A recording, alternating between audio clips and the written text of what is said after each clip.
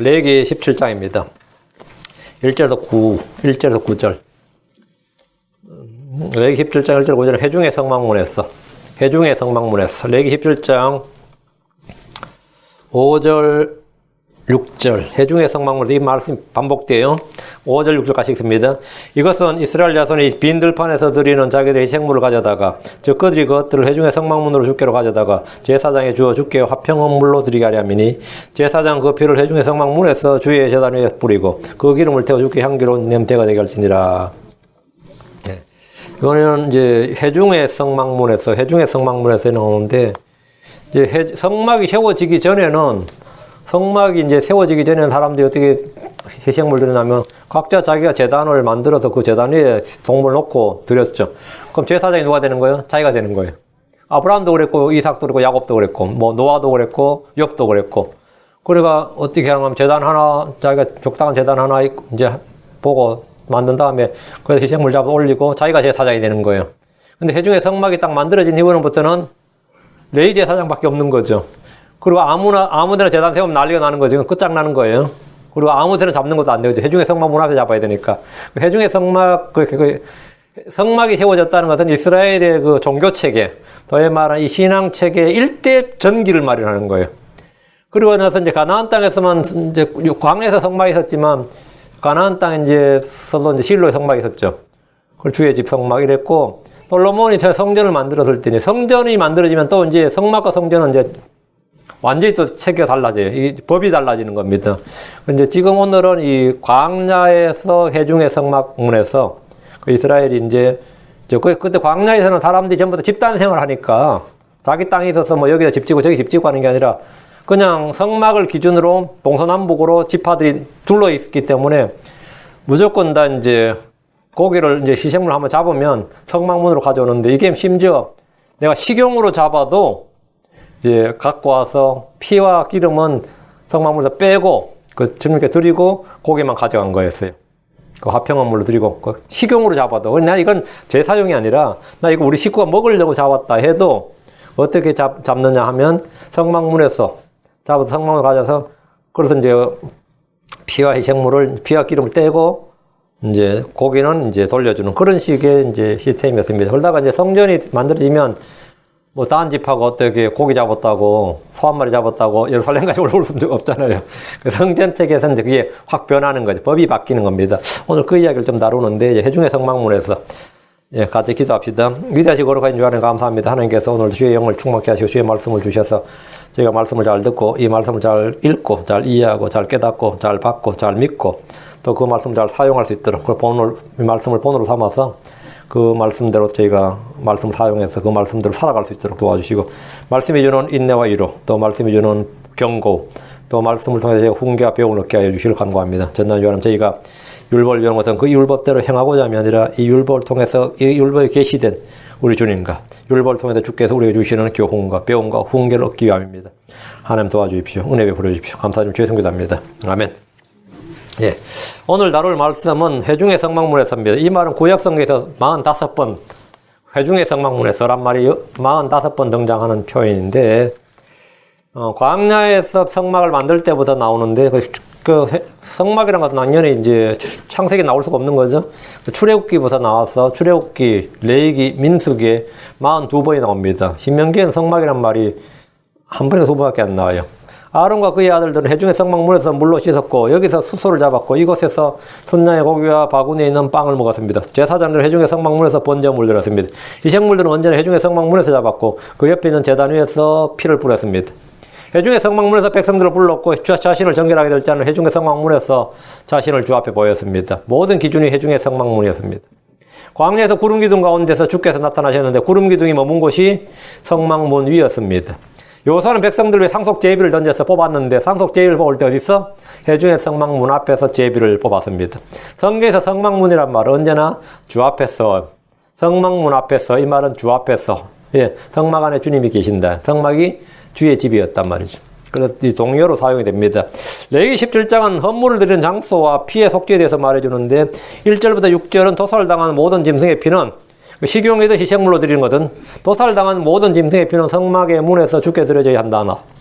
만약에 그렇지 않으면 소를 잡은 것은 살인과 동일한 걸로 쳐요. 이게 성경의 동물 애호 사상이 사실은 오늘 환경론자들이란 것도 훨씬 더 강력합니다. 그래서 우리가 아무거나 소나 양이나 돼지는 뭐 우리 막 잡잖아요. 아무렇게나 잡는 게 아니에요. 목적이 분명해야 됩니다. 그렇지 않고 그냥 뭐 잡는다. 이것은 살인으로 봅니다. 그래서 그의 피가 그에게 돌아갈지니 이래 돼 있어요. 엄청나게 무서운 장면이죠. 1절부터 6절은 도살당한 모든 짐승의 피는 성막문에서 죽게 드려져야 한다. 7절부터 9절은 이스라엘은 어떤 경우에도 마귀들의 희생물을 드려서는 안 된다는 거고, 10절부터 14절은 피를 먹는 일에 대해서는 절대 금지된다. 피는 절대 먹어서는 안 된다. 이 내용입니다. 15절, 16절은 저절로 죽거나 찢겨 죽은 짐승들은 이스라엘 사람들이 먹어서는 안 된다. 그리고 짐승의 도살, 그리고 짐승의 시체, 짐승의 피, 뭐 이런 것들에 관한 겁니다. 죽게 드려진 희생물의 경우에는 기름도 먹는 것이 금지되었습니다. 피는 희생물이든 아니든 어떤 경우에도 먹을 수가 없었는데, 이는 노아와 그 아들들에게 주어진 명령이 율법 안에서 다시 한번 확정되었고, 신약에서도 마찬가지입니다. 크리스천들은 구약의 이스라엘과 달리 별다른 음식 규례가 없지만, 사도행전 15장 20절에 우상들의 더러운 것과 음행과 목매어 죽인 것과 피를 멀리하라. 이제 이방인 크리스천들에게 주신 규례였죠. 우상들의 더러운 것, 그리고 음행, 목매어 죽인 것, 피, 이 네 가지를 멀리하라. 이렇게 삼가하라 이 말이죠. 신약에서는 더 이상 구약에 있던 성전이나 성소나 성막이 존재하지 않습니다. 주 예수님께서 살아있는 성전이셨습니다. 요한복음 2장 21절에 그러나 그분께서는 성전인 자기 몸을 가리켜 말씀하셨더라. 성전인 자기 몸, 예수님 몸이 성전이었대요. 그리고 믿는 성도들의 몸이 주의 전입니다. 고린도서 3장 16절 너희가 하나님 성전이고 하나님께서 너희 속에 너희 안에 거하시는 것을 너희가 알지 못하느냐. 고린도서 6장 19절에 도대체 무슨 말이냐. 너희 몸이 하나님께서 받은 바 너희 안에 계신 성령님의 전인 줄 너희가 알지 못하느냐. 우리가 성령님의 전이다. 우리가 하나님의 성전이고 하나님께서 거하시고 우리 몸이 하나님께서 받은 바 성령님의 전, 너희 안에 계신 성령님의 전이다 했습니다. 성도들의 몸 안에 성령님이 계시고 하나님이 계십니다. 우리 안에 주 예수 그리스도께서 거하십니다. 회중의 성막문에서 해야 할 일들은 우리가 주 앞에서 해야 할 일에 대해서 배움과 훈계를 받으면 됩니다. 자, 본문을 봅니다. 17장 1절. 주께서 모세에게 말씀하 이르시되 모세 율법은 모세가 제정한 것이 아니라 주께서 모세에게 제정해 주신 겁니다. 율법은 모세의 창작물이 아니고 모세의 이름으로 집대성된 저작물이 아니라 하나님이 모세에게 말씀해 주신 겁니다. 하나님은 법을 주신 분입니다. 그리스도는 입법자이며 동시에 심판자입니다. 야곱은 죽기 전 12아들들에 대해서 예언을 했는데 유다를 향해서 이렇게 말했습니다. 상시 49장 10절에 실로 오실 때까지 호울이 유다를 떠나지 아니하며 법을 주는 자가 그의 발에서 떠나지 아니하리니 그에게 백성이 모이리로다. 그러면 법을 주는 자가 이게 뭐냐 로기버다. 로기버가 그의 발 사이에서 떠나지 아니한다. 법을 주는 자란 말씀에 주목하시고 시편 60편 7절 길라시 내 것이며 므낫세가 내 것이며 또한 에브라임은 내 머리의 힘이요 유다는 나의 법을 주는 자로다. 유다는 법을 주는 자다. 하나님의 법을 주는 자다. 유다는 나의 법을 주는 자란 말은 유다의 허리에서 예수로가 나왔고 예수님께서 바로 입법자시다 이 말입니다. 입법자. 예수님 유다 지파의 사자였고 다윗의 씨입니다. 이사야 33장 22절 주께서 우리의 심판자시오 주께서 우리에게 법을 주시니시오 주께서 우리의 왕이시니 그분께서 우리를 구원하시로다. 여러분 우리의 심판자 우리에게 법을 주시니 우리 왕 심판자 입법자 왕. 예수님은 세 가지 직분을 갖고 있는 거죠. 입법자이면서 심판자이고 왕이시다 이면 행정이죠. 입법 사부 행정을 다 갖고 있다면 입법 사부 행정 완전한 통치권을 가지신 분 이 말입니다. 주께서 우리에게 심판자시고 우리에게 법을 주시니시고 우리의 왕이십니다. 예수로가 바로 심판자고 입법자 왕이시다. 모세 율법에는 모세가 새로운 규례, 명령을 받을 때마다 어김없이 주께서 모세에게 말씀하여 이르시되 이 말이 반복이 되는데 이것은 율법의 신적 기원, 이 율법의 출처 기원이 하나님이다. 율법은 이스라엘이 중동의 어떤 것들을 뭐 문학이나 작품이나 아니면 뭐 함무라비 법전이나 이런 것들을 모아서 편집해서 모세 이름으로 낸 게 아니고 그 모세 이름으로 출간해서 모세의 율법이 아니고 하나님이 주신 것이고 하나님이 입법자시다. 이 율법의 신적 기원과 율법의 저자를 율법의 주체자를 분명하게 밝혀주는 겁니다. 그게 주께서 모세에게 말씀하여 이르시되 그 모세의 편집설, 뭐 모세의 저작설, 뭐 당시에 모든 뭐 문헌들을 뭐 어떻게 문서들을 모아놓은 이런 건 전부 다 오늘 현대 신학의 이론이고 성경은 주께서 모세에게 말씀하여 이르시되 주께서 모세에게 말씀하신 것이다. 2절 아론과 그의 아들들과 이스라엘의 모든 자손에게 말하고 그들에게 이르기를 주께서 명령하신 것이 이러하니라 하고 이르되 이렇게 말하라는 거예요. 모세가 말할 때 주께서 내가 너에게 말하는 이러지 말고 내가 너에게 말하노니 진실로 진실로 내가 너에게 이르노니 이거는 뭐죠? 우리 주 예수님 하실 수 있는 거예요. 왜 우리 주 예수님 하나님입니까? 그러니까 주님께서는 주께서 이같이 말씀하시는 이렇게 말 안 했어요. 내가 너에게 이르노니 진실로 내가 너에게 이르노니 진실로 진실로 내가 너에게 이르노니. 대언자들은 절대로 그런 합법을 사용할 수 없습니다. 항상 주께서 이같이 말씀하셨느니라. 주께서 명령하신 것이 이러하니라. 주께서 만군의 주께서 이르시되 이렇게 해야죠. 그 모세는 그렇게 그 합법, 대언자 합법이죠. 주께서 명령한 것이 이러하니라 하고 이르되 이렇게 말하되 말이죠. 모세는 주께 받은 율법을 아론과 그의 아들들과 이스라엘의 모든 자손에게 말합니다. 모세는 그들에게 말할 때 주께서 명령하신 것이 이러하니라 하면서 이 율법의 신적 기원을 분명하게, 출처를 분명하게, 율법의 주체자, 입법자를 분명하게 밝히라는 겁니다. 모세 입에서 나온 말의 기원과 출처, 저자가 주 하나님인 것을 분명히 말하는 겁니다. 이건 대언자들이 기본적으로 해야 되는 일이죠. 우리는 여기서 다시 한번 모세 율법이 온 세상 모든 민족에 주어진 것이 아니라 이스라엘 백성들에게만 주어진 것이라는 사실을 확인할 수 있습니다. 이방인들은 이 율법이 주어진 적이 없기 때문에, 율법이 주어진 적이 없으니까 이방인들은 뭐라고 하죠? 율법을 기준으로 사람을 분류할 때 이스라엘 율법 아래에 있는 자들, 이방인 율법 밖에 있는 자들, 크리스천들은 율법에 대해 죽은 자들, 율법에서 구출받은 자들 이렇게 말합니다. 율법을 기준으로 말할 때 율법이 주어진 적이 없기 때문에 이스라엘은 뭐라고 하냐? 이방인들은 율법 밖에 있는 이방인 이렇게 부릅니다. 유대인들은 율법 아래에 있는 자들 이렇게 말하죠. 이방인들은 율법 밖에 있는 자들이고 율법이 없는 자들, without the law, without the law, 율법이 없는 자들도 율법 밖에 있는 자들 이랍니다. 크리스천들은 율법 아래 있지 않습니다. 우리는 율법에 대해 죽은 자들입니다. 하나님께서 이스라엘의 모든 자손에 주신 이 명령을 신약의 교회나 크리스천들에게 적용하려는 이들을 우리는 율법주의자들 이렇일 말합니다. 안식일 준수라든가 음식규례 준수라든가 절기 준수 등 기타 모세 율법이 마치 신약의 규례고 크리스천들의 교리라고 여긴 이들은 율법의 속박, 율법의 저주 아래 있는 자들이고 스스로 자기들이 율법 아래 들어간 자들입니다. 그들은 율법의 저주를 받습니다. 성경은 언제나 그 대상을 분명하게 밝히고 있습니다.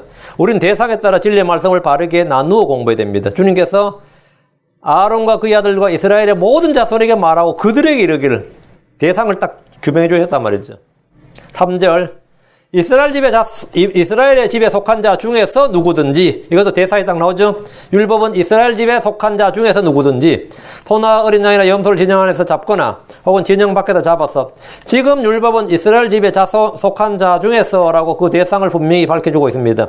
그럼에도 불구하고 이런 문구를 싹 빼버리고 크리스천들 교회에 적용하려고 한다면 그건 정신 나간 사람이라고밖에 할 수 없습니다. 이런 사람들 꼭 있어요. 꼭 있습니다. 이스라엘 집에 속한 자 중에서 누구든지라고 할 때 이것은 육체적으로 이스라엘의 민족에 속한 자를 말하고, 이민법에 따라서 귀화한 사람들, 이건 이제 뭐냐면 유대교로 개종한 사람들인데, 출애굽할 때 이스라엘 사람만 딱 혈통대로 이스라엘 사람만 나온 게 아니죠. 출애굽할 때 섞인 무리들이 함께 나왔다고요. 섞인 무리들이 많이 나왔습니다. 그들은 뭐냐면 이스라엘 사람들 속에 있는 뭐죠? 타국인들이라고 불렸어요. 이 사람들은 이민자들이었죠. 함께 나왔다고. 유대교로 개종한 사람들도 있고 개종 안 했다 치더라도 어쨌든 그들도 홍해를 건넜단 말이죠. 그리고 광야에서 만나를 먹었고, 그렇게 귀한 사람들인데, 이스라엘 백성들 중에는 누구든지 소나 어린 양이나 염소를 진영 안에서 잡거나 진영 밖에서 잡았다면 그걸 회중의 성막문으로 가져가야 됩니다. 광야에서 이스라엘은 소나 양이나 염소가 있었는데 이것들은 이집트를 떠날 때 함께 가져왔던 것들입니다. 많이 가져왔어요. 이집트를 나올 때 가져온 이 짐승들은 백성들의 식용이 아니라 주께 희생물로 드리기 위해서 준비한 것들이었습니다. 소와 양과 염소는 희생물로 드려진 대표적인 짐승들입니다. 사람들은 흔히 이스라엘을 유목민족이라고 그러죠. 아브라함, 이삭, 야곱이 목자였기 때문입니다. 그러나 이들은 자기들 소유의 땅이 가나안에 없었기 때문에 목축을 했던 것이지, 가나안 땅에서 이스라엘은 아무 곳이나 장막을 치며 이동하는 유목민족이 아니고, 그들에게는 한 곳에 집을 짓고 땅을 받아니까 그 땅이 자기 땅이란 말이죠. 그 어디서 움직여요? 땅이 자기 땅이면 못 움직이죠. 이 땅이 자기 땅이고 그곳에 자기 집을 짓고 그 자기 우물이 있고 자기 밭이 있고, 그럼 이스라엘은 떠돌아다니는 유목민족이 아니다. 이동하는 민족이 아니에요. 진짜 짱박힌 민족이에요. 자기 땅을 떠날 수가 없는 거예요. 전형적인 농경민족입니다. 이스라엘은 유목민족이 아니라 전형적인 농경민족이었습니다. 유목민족은 언제냐? 땅을 받지 못했을 때, 땅이 없으니까 돌아다닐 수밖에 없는 거였죠. 땅이 없을 때니까. 그러니까 가나안 땅에 정착한 이후로부터 이스라엘은 움직이질 못했어요. 움직이질 못한단 말이죠. 왜? 자기 땅이 있으니까. 거기서 농사를 지었고 그 농산물 중에서 땅에서 난 소출을 바친 게 11조였단 말입니다. 그러니까 소나 양이나 염소는 농사를 지으면서 목초지에 풀어서 넣고 키우는 정도였습니다. 소나 양이나 염소 죽게들은 희생물로 사용되지만 식용으로 가장 많이 사용됩니다. 그러나 광야에서는 주님께서 이 사람들이 갖고 온 짐승들을 못 먹었어요. 짐승들은 일단 희생물로 드리고 살아남은 종자들은 이제 뭐 광야에서도 새끼들, 이제 짐승들이 새끼를 낳고 하면 그건 가나안 땅으로 그냥 같이 들어가는 겁니다. 그래서 거기서 이제 생육하고 번성하는 거죠. 왜 가나안 땅에 갈 때만 다 진멸할 때는 소나 양까지 다 죽였거든요. 그러니까 그 짐승들로 이제 번성하게 된 거죠. 특히 이스라엘처럼 이제 음식 규례가 있어서 대책임질을 하지 않고 굽이 갈라져 있지 않은 짐승들을 못 먹었는데, 이렇기 때문에 소나 양이나 그 염소는 주식으로 사용된 짐승이었죠. 주식으로 사용된 짐승들입니다. 죽게 희생물로 드린 짐승은 아무 데서나 잡는 것이 아닙니다. 희생물은 반드시 회중의 성막문으로 가져와서 그 앞에서 잡아야 됩니다. 그런데 지금 보면 본문에 진영 안에서 잡거나 혹은 진영 밖에서 잡았어 이렇게 되는데, 이것은 잡는 장소는 관계없다 이 말이 아닙니다. 예전에 성막이 없을 때는 아무 데서나 잡았지만 이제는 그렇게 해서는 안 됩니다. 율법이 주어지기 전에 누구나 자기가 원하는 곳에서 제단을 쌓고 하나님께 희생물을 드렸습니다. 아브라함은 자기 장막을 치는 곳에 제단을 쌓았습니다. 이삭이나 야곱도 마찬가지입니다. 자기가 있는 곳, 원하는 곳에 제단을 쌓고 희생물을 잡아드렸습니다. 욥도 그랬습니다. 각자가 스스로 제사장이 돼서 자기 제단을 쌓고 자기가 원하는 곳에서 원하는 희생물을 드렸는데, 이는 우상숭배의 계기가 됩니다. 조상들이 이렇게 하다 보니까 후손들도 뭐죠? 우리도 그렇게 해도 되는 거 아니냐? 아브라함도 그렇게 했고 이삭도 했고 야곱도 그렇게 했는데, 우리도 그렇게 해도 되는 게 아니냐? 이렇게 이제 생각을 할 수 있는 여지가 된 거죠. 전통이 되는 거고. 그래서 이제 그렇게 자기가 제사장이 돼서 자기가 희생물 드린단 말이죠. 그 단지파가 제일 먼저 그렇게 했어요. 그 다음에 우상숭배가 됐죠. 마귀숭배가 됐단 말이죠. 율법을 받은 백성들이 율법에서 벗어난 장소, 율법이 정하지 않는 희생물, 그것은 아무리 선한 뜻으로 드려도 다 마귀들이 드린 겁니다. 율법에서 정한 제사장들이 아니라 각자 알아서 드린 희생물 역시 우상숭배고 마귀들이 드린 겁니다. 이스라엘 백성들은 이집트에서 마귀를 섬기는 법을 보고 배웠습니다. 그들은 신의 살다 주의 임재와 주의 영광을 직접 보았고 주의 음성을 직접 들으면서 두려움에 떨었지만 그들 안에 있던 마귀 숭배는 근절되지 않았습니다. 광야에서 모세가 없는 동안 금송아지를 만들어 우상 숭배를 일삼았던 것은 그 한 예입니다. 바알보올 사건, 모압의 신전에서 바알보올 사건도 그런 예 중에 하나입니다. 성경 그들이 한 행위를 이렇게 말합니다. 에베소 4장 19절에 그들이 감각을 지나쳐 자기를 세욕에 내주고 탐욕을 내어 모든 부정한 것을 행하였으되, 감각을 지나쳐 자기를 세격에 내주고, 바알볼 사건이죠. 탐욕을 내어 모두 부정한 것을 행하였을 때, 이게 바로 금송아지 사건이단 말이에요. 신약에서 이게 다 그 배경을 다 갖고 있는 거죠. 근데 이 교회가 그렇게 하면 되겠느냐 이 말이죠. 본문인 3절에서 짐승을 잡는 일은 희생물로 드린 용도가 아니라 먹기 위해서 짐승을 잡을 경우입니다. 4절, 회중의 성막문으로 그것을 가져다가 주의 성막 앞에서 주께 희생물 드리지 아니하면 그 사람에게 피를 돌릴지니 그가 피를 흘려선즉 그 사람 자기 백성 가운데 그것을 끊어지리라. 이건 아주 독특한 말씀이죠.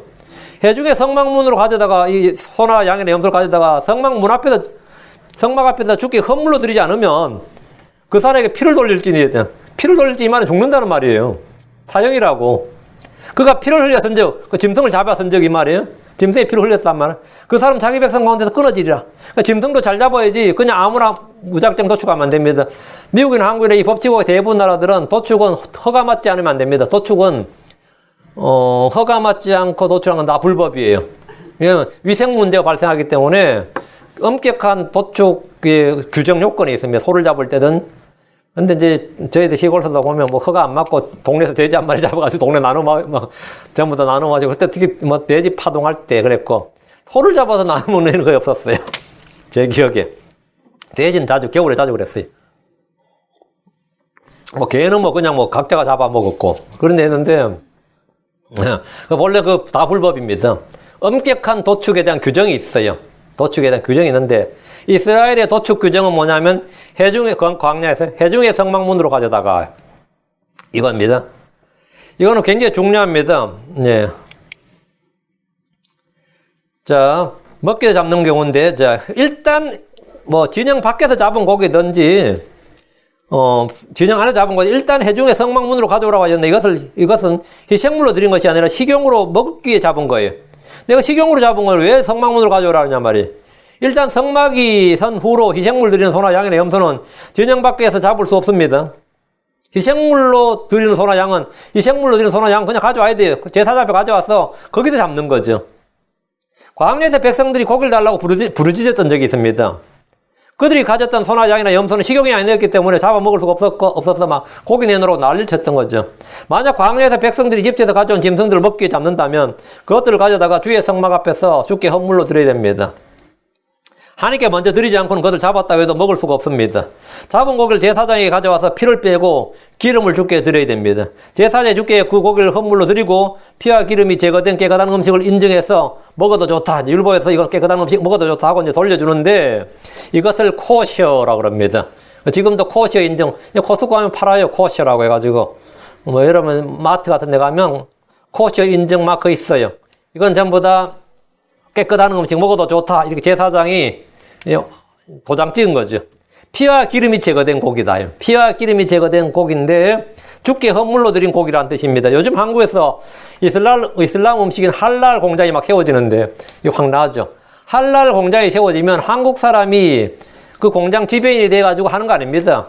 이슬람 우리는 유대인은 랍비라고 우리는 목사라고 또 이맘이라 그러죠. 이맘이 몇 명 와가지고요. 그 다 감독을 해야 됩니다. 그 이맘이 도장을 찍어주는 거예요. 그 이맘이 뭐 하냐면 소를 잡을 때, 아니면 양을 잡을 때 알라한테 제사를 지낸다고. 그 희생물을. 그리고 고기를 다 도축한 다음에 또 제사를 지내요. 그 다음에 이제 검사에서 도장을 찍는다. 그게 할랄이라고. 그게 할랄인데, 그 잡은 고기들을 알라에게 희생물로 드리고, 다음에 알라에게 바친 다음에 할랄이라는 인증 마크가 붙어서 시장으로 나오고, 그걸 이제 사람들이 사먹는 거예요. 깨끗한 음식이라 사먹는 건데, 유대는 코셔, 무슬림은 할랄. 이런 거죠. 그럼 광야에서 이스라엘은 짐승을 잡은 뒤에 회중의 성막문으로 그걸 가져다가 주의 성막 앞에서 주께 헌물로 드렸습니다. 만약 그렇게 하지 않고 이제 고기를 잡아 먹으면 그는 살인자와 같은 취급을 받게 됩니다. 짐승의 피를 흘렸을 뿐이지만 그 사람에게 피를 돌리며 그 사람이 자기 백성에게 끊어진다. 그게 4절이죠. 그 사람에게 피를 돌릴지니 그가 피를 흘려서 그 짐승을 잡아서 말이에요. 그 사람 자기 백성 가운데 끊어지라. 주께 성막 앞으로 주께 가져왔다면 그건 죄가 아니에요. 주께 안 가져왔다 그러면 뭐라고요? 그거는 짐승을 잡았을 뿐인데 그 짐승을 도살한 죄가 되는 거예요. 이스라엘의 광야 생활이 끝나고 가나안 땅에 들어가면 백성들은 각각 자기 유업의 땅에서 살면서 고기를 잡아도 그것을 예루살렘의 성막, 실로의 성막이나 예루살렘 성전까지 가져올 수가 없습니다. 광야에서는 회중 가운데 성막이 있었지만 가나안 땅에 들어가서는 각 지파별로 유업의 상속을 받아서 흩어졌단 말입니다. 뭐 부엘세바에 산다. 그럼 어떻게 되는 거죠? 못 오는 거지. 어떻게 고기 한 마리 잡아가지고 가요. 소 잡아서. 여기에 대한 법 따로 있습니다. 신명기 12장 20절 21절 주 내 하나님께서 내게 약속하신 대로 내 지경을 넓히신 뒤에 내 혼이 고기를 먹고자 하므로 고기 먹고 싶다 이거예요. 내가 이르기를 내가 고기를 먹으리라 하면 내 혼이 무엇을 원하든지 내가 고기를 먹어도 되리라. 고기를 먹겠다 그러면 고기를 먹으라 이거예요. 만일 주 내 하나님께서 자신의 이름을 두시려고 택하신 곳이 내게서 너무 멀거든, 예루살렘이 너무 멀거든, 내가 내게 명령한 대로 너는 주께서 내게 주신 소떼와 양과 염소떼에서 잡아 내 혼이 무엇을 원하든지 내 성문 안에서 먹되. 그냥 원하는지 먹으라. 그 성전이 섰을 때는 이제 이 지금 본문 레위기 17장 규례는 이제 해당 사항이 없는 거죠. 이건 광야에서 일시적으로 템포럴로 주어진 거예요. 그들은 고기를 잡아서 성문 안에서 먹으면 됩니다. 이스라엘은 집에서도 노루나 사슴뿐만 아니라 소나 양이나 염소 따위의 가축을 잡을 수 있었고 1년에 3번, 6월절, 오순절, 장막절 1년에 3번만 주 앞에 나와서 그 앞에서 먹고 마셨습니다. 그때 주 앞에 나왔을 때는 당연히 그 앞에서 먹고 마셨어요. 희생제물로 쓰기 위한 짐승은 반드시 성막문에서 잡아야 되고 짐승의 피와 기름 부분은 아무도 먹지 못합니다. 주께서 이스라엘이 진영 밖이나 아니나 어디서 잡든 잡은 고기를 반드시 회중의 성막문으로 가져오게 한 것은 식용을 위해 짐승을 잡은 경우인데 주께서 이 법을 주신 것은 출애굽한 이스라엘의 우상 숭배를 막기 위해서입니다. 고대 사회에서 고대 이집트 사람이나 고대 가나안 사람들이나 이스라엘 사람도 마찬가지인데 짐승을 잡는 1차 목표는 뭐냐면 짐승을 왜 잡느냐? 짐승을 왜 잡는 것 같아요? 먹으려고 잡는다. 1차 용도는 사실은 우상들에게 희생물로 드리기 위한 겁니다. 그리고 희생물로 드리고 그 제사상에서 드린 음식을 먹는 거예요. 1차 용도가 희생물로 드리기 위한 것이었어요. 신전이나 제단을 쌓고 희생물로 드린 다음에 그 재물을 사람들이 나누어 먹거나 시장에서 내다 팔았습니다. 그걸 내다 팔았어요. 그 우상들의 희생물로 고기를 드리는 이런 어느 민족에나 있는 흔한 일입니다. 한국 사람도 제사상에 뭐 있어요? 과일도 있고 밥도 있고 술도 있고 뭐 있죠? 술은 음료음물입니다. 과일 같은 거, 밥 같은 거 음식음물이고 고기 있잖아요. 그 meat offering이에요. 다 차린다고. 응? 다 차린다고. 제가 이제 동조한테 이 제사상이 마귀의 테이블이다. 고린도전서 주의 테이블, 마귀의 테이블 가르치면서 마귀의 테이블이 뭔지를 가르치느라고 구글에서 제사상 쫙 찾아가지고 이게 다 마귀의 테이블이다. 이건 이제 마귀의 상이다. 마귀의 잔은 뭐냐면 요게 요 술잔이 마귀의 잔이다. 제가 그거 가르쳤거든요. 요게 마귀의 잔이고 요게 마귀의 테이블이다. 응? 그 주의 테이블, 테이블, 주의 잔, 마귀의 테이블, 마귀의 잔. 이제 이거였는데 사람들은 다 그렇게 희생물로 드린단 말이에요. 음식을. 주께서 짐승을 잡은 뒤에 그것을 회중의 성막 문 앞으로 가져오게 하심으로 고기를 우상 숭배용 제물로 절대 사용하지 못하도록 하신 겁니다. 이스라엘이 고기를 잡아서 그 일부를 떼어서 짐승에게 아니면 우상에게 아니면 자기가 믿는 신에게 아니면 뭐 옛날 관습대로 이거 못한다고요. 그리고 짐승을 잡은 뒤에 그걸 가져오게 해서 제사장이 검사를 받겠죠. 그 말은 뭐냐, 그 피를 먹지 못하도록, 일체 그 피를 먹지 못하도록 하게 한 겁니다. 고기를 피채 먹는 일이 너무나 흔했기 때문에 회중의 성막문으로 가져와서 제사장이 그 피를 주께 드리도록 함으로써 그들은 피를 먹지 말라는 율법을 범하지 않도록 했습니다. 지금도 여기 사람들이 고기 구워 먹을 때 레어, 미디엄 정도까지만 해도 피가 많아요. 근데 그게 맛있다 그러죠. 잘 구워졌다는데 피가 절절절 나는데 맛있다 그러고 막 그러잖아요. 예. 근데 제가 이렇게 먹는 거 이래 보니까 맛 프로그램 인데 보면 피가 떨어져서 도마에 밑에 피가 주근한데 그걸 스테이크를 잘라가지고 그 피에 찍어서 먹더라고 또. 응? 그 피에 밑에 피가 흥건한데 그걸 피에 찍어서 먹으면서 아주 뭐 맛있다고 막 칭찬하고 막 그러죠. 저는 아주 징그럽고 막 깨림직하고 막 그렇단 말이죠. 근데 사람들은 그렇게 먹어요. 그러니까 주님께서 이스라엘 백성들이 이집트에서 그렇게 했단 말이죠. 그러니까 이제 고기 먹는 습관, 이 식습관을 바꿔주는 게 쉬운 일이 아닙니다. 그래서 잡으면 뭐라고요? 가져와. 무조건 성막문으로 가져와. 그리고 주 앞에 들여서 제사장이 기름 부분 확 다 내장하고 기름 확 다 빼버리고 피 다 빼버리고 화평으로 드리고 고기를 다시 돌려주는 거예요. 그럼 이제 그들은 이제 식습관이 바뀌는 거죠. 이걸 40년 이렇게 했습니다. 근데도 이게 습관 잘 안 바뀌어요. 근데 이제 2세대들이 이제 그게 되는 거죠. 2세대들은 그렇게 먹으니까. 그 광야 1세들은, 출애굽한 1세대들은 다 광야에 죽고, 이제 2세대들은 이제 식습관을 바꾸은 다음에 가나안에 들어간 거죠. 주께 헌물을 드리지 아니하면 이 말은 화평헌물로 드리라 이 말입니다. 화평헌물은 피와 기름을 제외하면 고기는 다 제사장과 희생물 드린 사람들이 함께 나누어 먹었습니다. 만약 소나 양이나 염소를 잡은 후에 이렇게 하지 않으면 그 사람에게 피를 돌릴지니 이렇게 하였습니다. 비록 사람의 피가 아니라 짐승의 피라 할지라도 그가 피를 흘렸다는 거예요. 광야에서 백성들은 짐승들 함부로 잡아서 마음대로 먹을 수가 없었습니다. 주께 희생물 드린 다음에나 먹을 수 있었고 그렇지 않으면 그 사람은 자기 백성들 가운데서 끊어졌습니다. 백성들 가운데서 끊어진다는 말은 직접적으로 죽임을 당하거나 이스라엘 공동체로부터 쫓겨나서 하나님의 상속이나 백성이나 언약이나 복에서 끊어진다는 걸 말합니다. 주께 드린 헌물이 아니라 우상을 섬기기 위해서 아니면 제사를 드리기 위해서 분양하기 위해서 또는 자기 배를 섬기기 위해서 드리는 그렇게 잡는 그래서 짐승의 피를, 그런 목적으로 짐승의 피를 흘릴 때 그 사람에게 피가 돌아간다는 거예요. 그 사람에게 피가 돌아간다. 이 말은 이스라엘 백성들에 주어진 엄청난 경고였습니다. 사람들이 우상을 섬기기 위해서 짐승을 잡고 피를 흘린 것은 하나님이 허락하신 일이 아니며 하나님이 사람들에게 육식을 허락하신 권리를 악용하고 남용한 일입니다. 사람들에게 피를 흘리고 죽임을 당하는 짐승들 중에 가장 억울한 일은 우상들에게 바쳐지기에 죽는 짐승들입니다. 그 소가 붙들려가고 양이 붙들려와서 아니면 염소가 붙들려와서 죽게 드려진 헌물로 자기가 죽는다면 그냥 고이 죽어요. 사람이 먹는다 그래도 억울해서 죽었는데 날 잡아서 우상에게 드린다고 그러면 그 소도 미치는 거지. 왜 나를 잡아다 마귀에게 드리냐 이거죠. 헛된 봉헌물 우상에 드려진 희생물로 소를 잡고 양을 잡고 염소를 잡는 이런 살인과 다를 바가 없었던지라 우리 주님께서 이사야 66장 3절에 소를 잡는 자는 마치 사람을 죽이는 자 같고 이랬어요. 소를 잡는 자는 뭐라고요? 마치 사람을 죽이는 자 같고. 그래서 우상을 숭배하기 위해서 헛된 봉헌물을 잡기 위해서 소를 잡았다, 도축했다, 도살했다 이런 말은 뭐냐면 살인과 같다는 겁니다. 이거 엄청난 말씀이에요. 어린 양으로 희생물 드린 자는 마치 개의 목을 꺾는 자 같으며 봉헌물 드린 자는 마치 돼지의 피를 드린 자 같고 분향하는 자는 마치 우상을 찬송하는 자 같으니 참으로 그들은 자기 자신의 길들을 택하였으며 그들의 혼은 그들의 가시한 것들로 기뻐하느니라.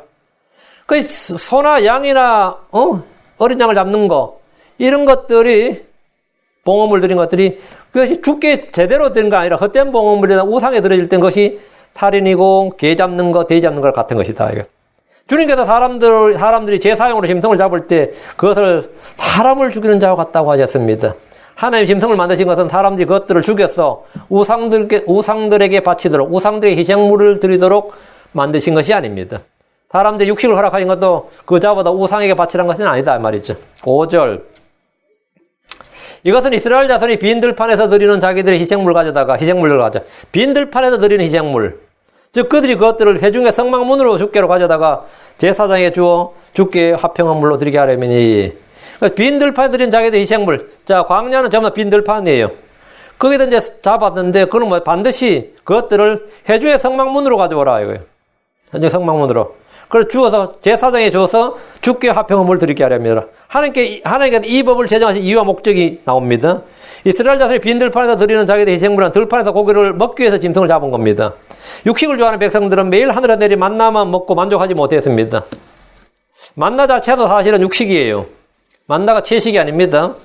만나가 천사들의 음식이었고 하늘의 양식이었습니다. 그리고 그는 니오에다 용들의 머리였단 말이죠. 그 하늘에 준 하나님께서 아주 좋은 진짜 회를 쳐서 준 건데, 먹는 사람들은 이제 맨날 그것만 먹으니까 맛이 있겠어요, 없겠어요?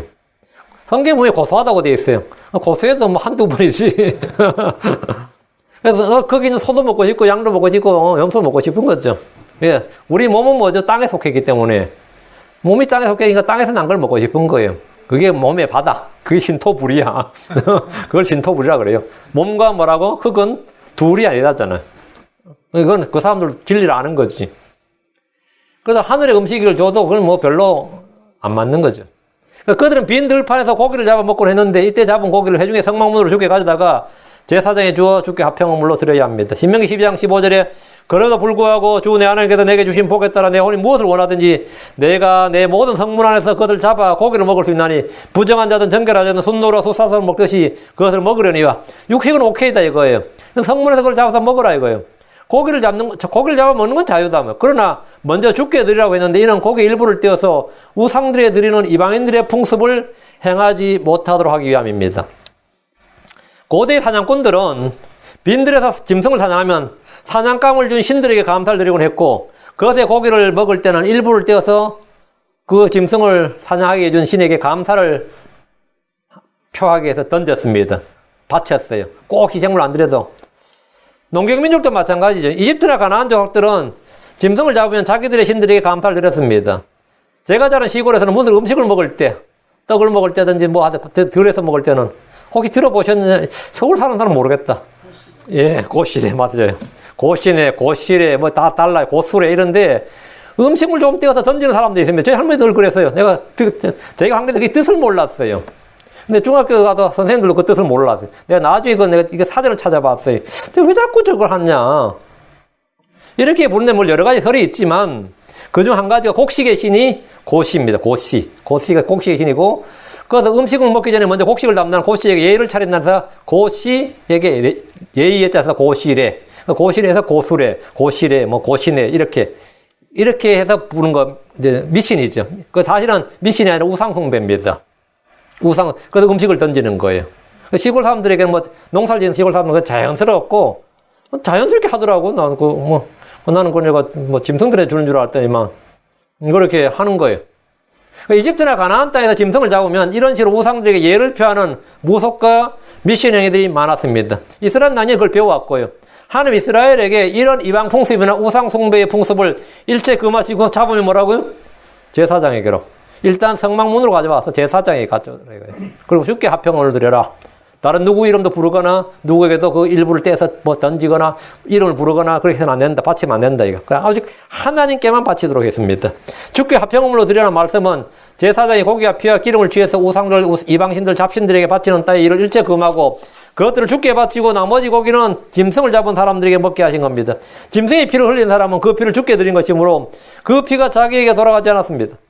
이 법을 통해 이스라엘 우상 숭배를 위해 어떤 짐승도 잡을 수 없게 되었고 우상에게 예를 표한 뒤에 먹을 수도 없게 되었습니다.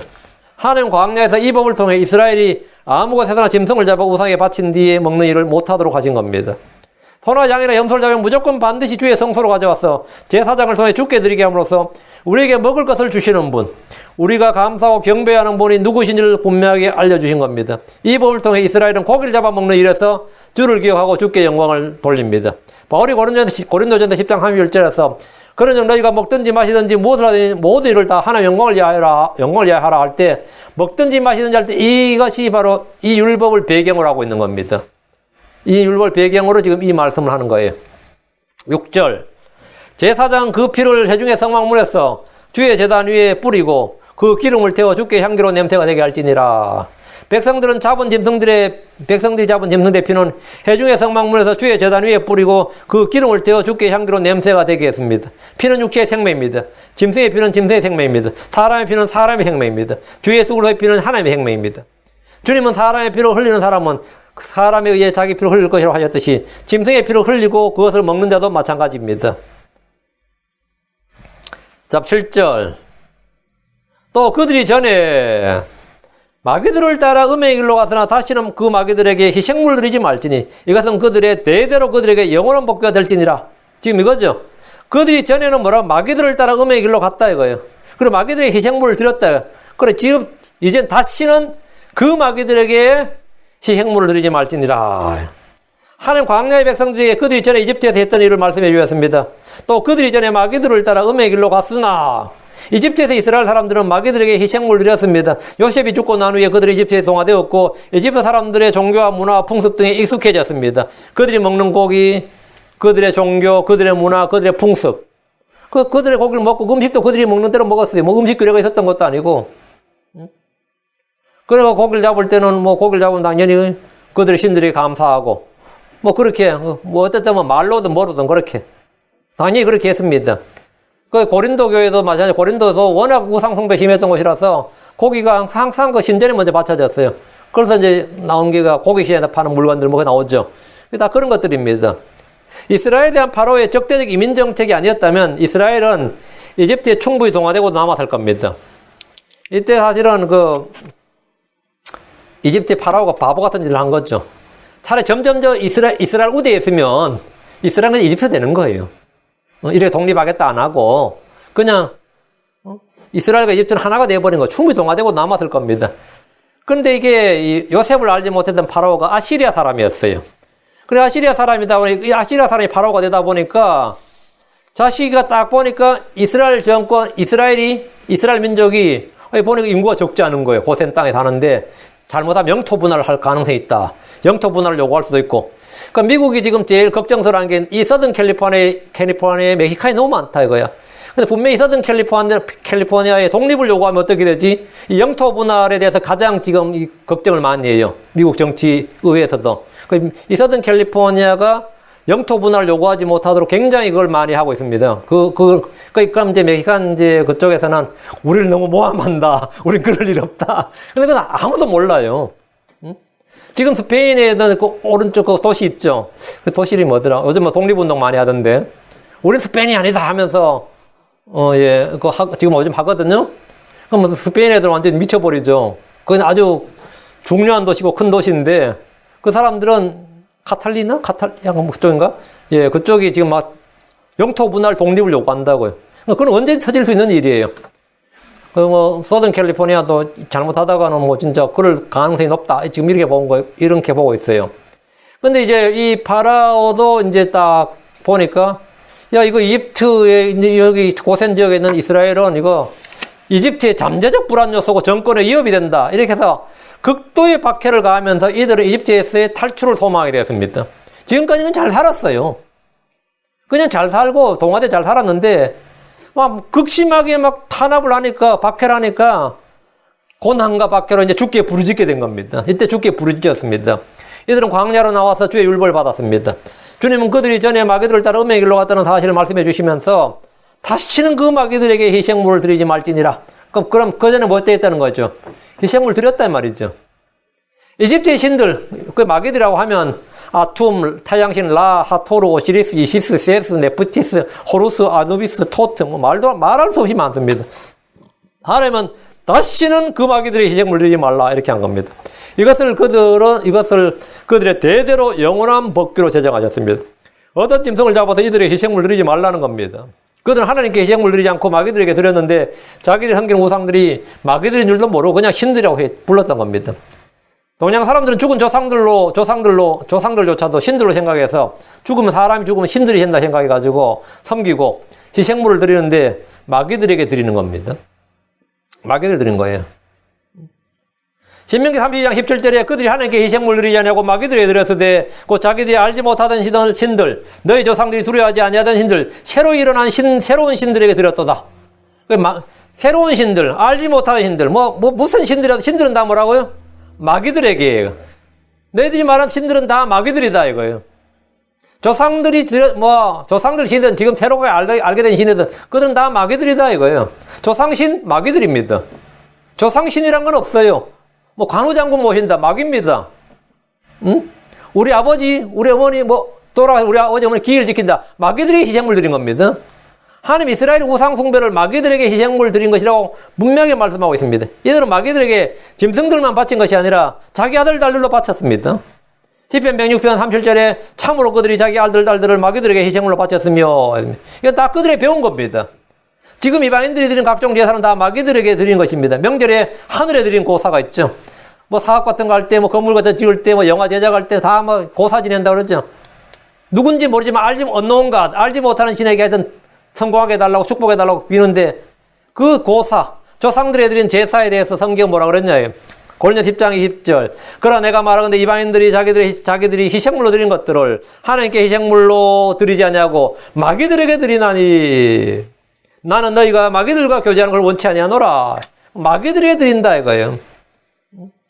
이방인들은 자기들의 희생물로 드리는 것을 하나님께 희생물로 드린 게 아니라 마귀들이 드린 것이다 이거. 이스라엘도 그랬고 지금 이방인들도 마찬가지고 불당에다 드린 제사 그 부채게 드린 거 아닙니다. 마귀들이 드린 겁니다.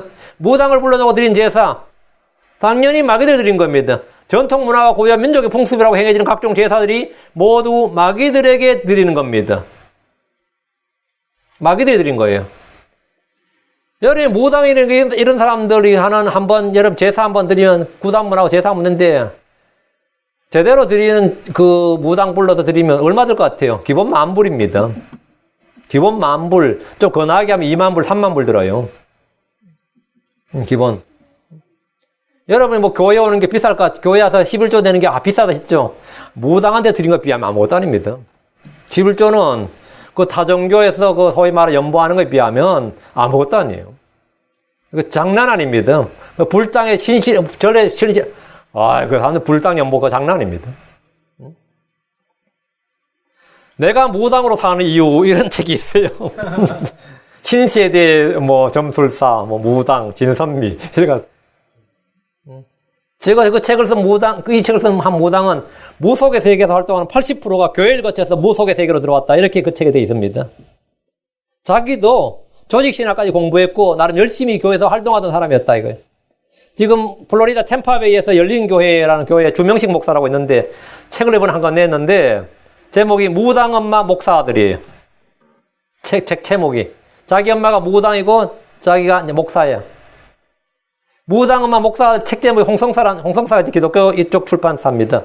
홍성사라는 책 거기서 내는데 이 홍성사가 이런 거 책 많이 냈죠. 낮은 대로 임하소서 천국의 계단 이런 거 책도 많이 내고 그런 출판사인데 이 책 제목이 무당 엄마 목사 아들이에요. 그 어머니가 신내림을 받아서 무당이 되었는데 이 사람은 연습하거나 역술을 배워서 학문으로 무당이 된 게 아니라 진짜 신내림을 받은 거야. 진짜 신내림을 받은 무당이 그 이제 진정한 무속인이고 트루 배워서 이렇게 신학처럼 배워서 한 건 가짜야. 마찬가지로 우리도 진짜 성령의 인치를 받은 목사가 진짜 목사고 신학교 나와서 이렇게 공부한 목사는 가짜예요. 응? 근데 진짜 신내를 받아야 돼요. 받아도. 그 진짜 신내를 받아 무당이 되니까 아들 점을 볼 때마다 아들을 꺾을 수 없다. 이런 전개가 나온 거예요. 아들을 꺾을 수 없다. 왜? 아들은 거듭났단 말이죠. 아들 꺾을 수 없다는 전개가 나왔고 이 주변에 이게 같은 또 끼리끼리 모인다. 주변 무당들이 아들의 뜻을 따르라 하면서 전도하는 전도를 한 거예요. 네. 네가 갖고 있는 네가 받은 신보다 아들이 받은 신이 훨씬 더 세고 너는 절대 이길 수 없으니까 차라리 그냥 이쯤에서 아들의 뜻을 따르라 하면서 무당들이 전도를 한 거예요. 응? 그 전도 안 되죠 당연히. 마귀들은 주 하나님을 압니다. 마귀들은 주 하나님을 알아요. 마귀들은 주를 두려워하고 떱니다. 그러니까 당연히 내가 진짜 믿으면 그 엄마도 자기 당연히 점괘를 보겠죠. 그럼 어떻게 되겠죠? 내가 안 되는구나. 이게 점괘가 나와야 용한 무당이야.